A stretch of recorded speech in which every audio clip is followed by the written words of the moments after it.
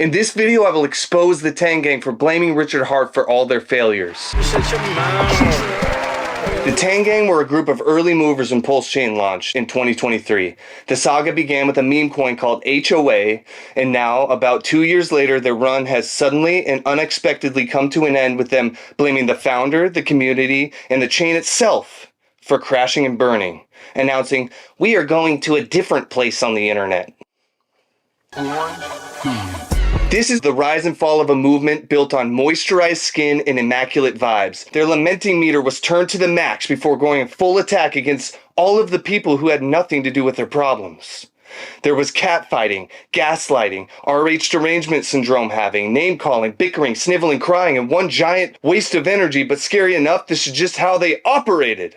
There is no reason to yell at anyone if you're taking accountability for yourself. Imagine a disgruntled group of men condemning everyone else in their self-inflicted mishaps. We don't have to use much imagination here. The Tang Gang argue that their failure is not the fault of their own, but Richard Hart, the founder of Pulsechain. They blame the gas token PLS for not performing, the argument deriving from Hart's law. Cryptocurrencies pool together, move up and down together. So now what?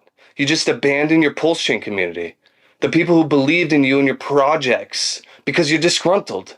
Just so easy to point fingers and not take the blame. It's easier on your ego. Taking accountability, things are silent.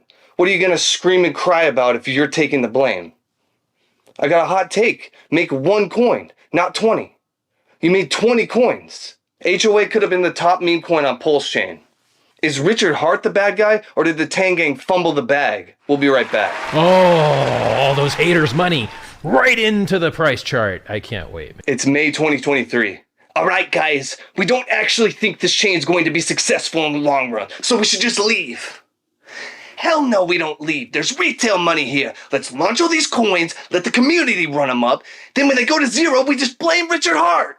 Remember, we hate Richard Hart and we hate Pulsechain. Something like that. Am I wrong?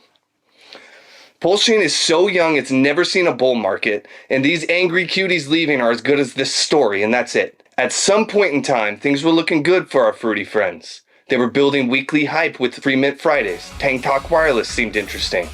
What happened with Tang Talk Wireless? We still don't know. People paid for them though. Anyone? They built a DEX and eventually an aggregator, and they had a paid educational course on V3 LPs, which unfortunately backfired because everyone learned how to put up cell walls, and boy did they do that on everything. Seems like they tried to do well at some point. But alas, the group eventually went from LPs rejoice to Hart's Law as hot garbage. But how? Why? It doesn't really make sense. Is Richard Hart the bad guy, or did the Tang Gang fumble the bag? We'll be right back. Wow, that's crazy. This guy comes home from work, right? He takes his McDonald's hat off and starts getting to trolling on the internet. The Tang Gang have often said there are no appointed leaders. This is a built-in defense mechanism against taking accountability. You can't blame us because we have no leaders.